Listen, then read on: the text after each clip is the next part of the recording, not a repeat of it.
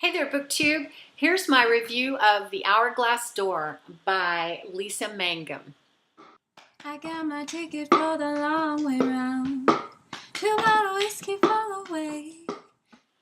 This is the first book in a 3-book series, and I would love to tell you the name of the series. If I can, I will put it right here.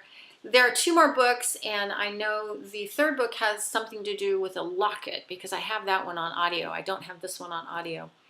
But I just finished it and I was surprised. I was very surprised by this book because it got to about halfway and I thought, okay, come on, how much teenage angst can I take? It's like, oh, really?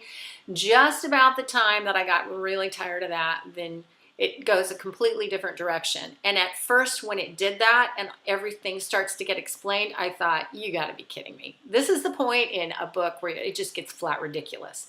But I stayed with it and I'm really glad I did, because despite that explanation, which kind of really, that could have been drawn out and kind of piecemealed, and I kind of wish it had, but where the book goes from there, then it got really good. So let me tell you a little bit of what it's about.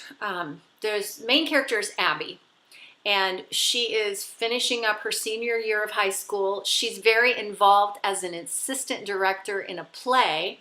She's kind of feeling like she wants to do more with her life. She lives in Southern California, and her best friend's name is Jason. She has another friend named Valerie, and Jason has been her childhood friend and is now also her boyfriend. And she feels, it's a very safe relationship. It's a very predictable relationship. And Jason's an absolute hunk. I mean, he's, tall, blonde hair, blue-eyed. They're all applying to colleges, and they're all planning on going to USC. And she's kind of thinking, maybe I want to break out of all this predictable stuff and do something else with my life. Maybe have an adventure. Maybe go and, do something unexpected. And she feels like her life is structured in such a way that it doesn't give her that out. So she applies to a different college that's clear across the country and doesn't tell anybody. So that's Abby. Abby then goes on to have an adventure. That's also Jason. Jason is also very predictable. He loves Abby, but he's kind of the same way she is. He kind of loves her because he feels like he's supposed to.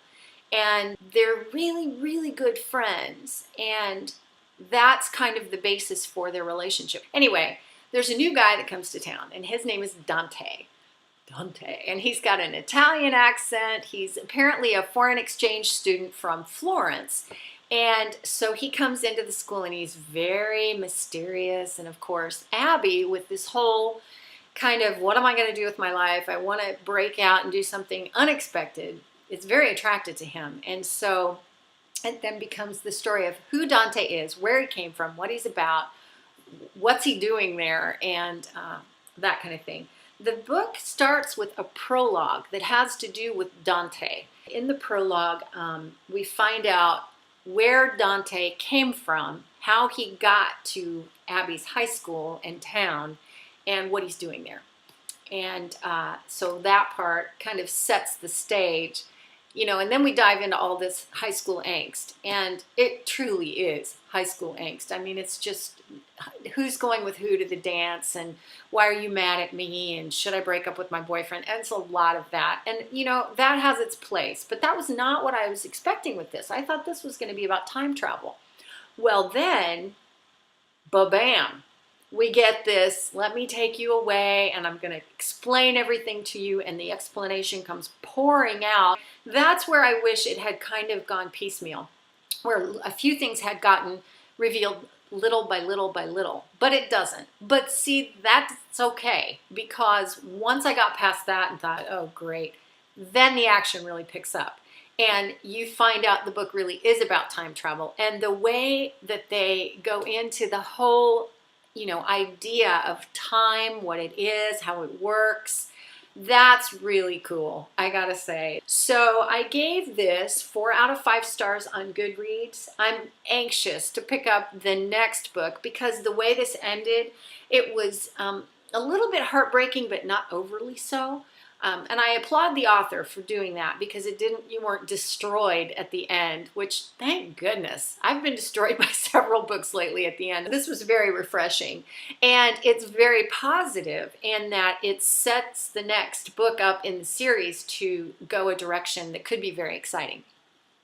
So I really recommend this. I think that it's a pretty good read. If you know going in and you don't like a lot of teenage angst, and you know that if you just push through it, it's going to get really good and get to the whole fantasy time travel aspect, you will really be rewarded. I sure was. You will also be able to find my review on Goodreads and my review on my blog, which are basically the same thing. And I will put links to those below in the description box. And that's it for now. Thank you so much for watching. It's got sights, give you shivers, but it sure would be prettier with you when I'm gone.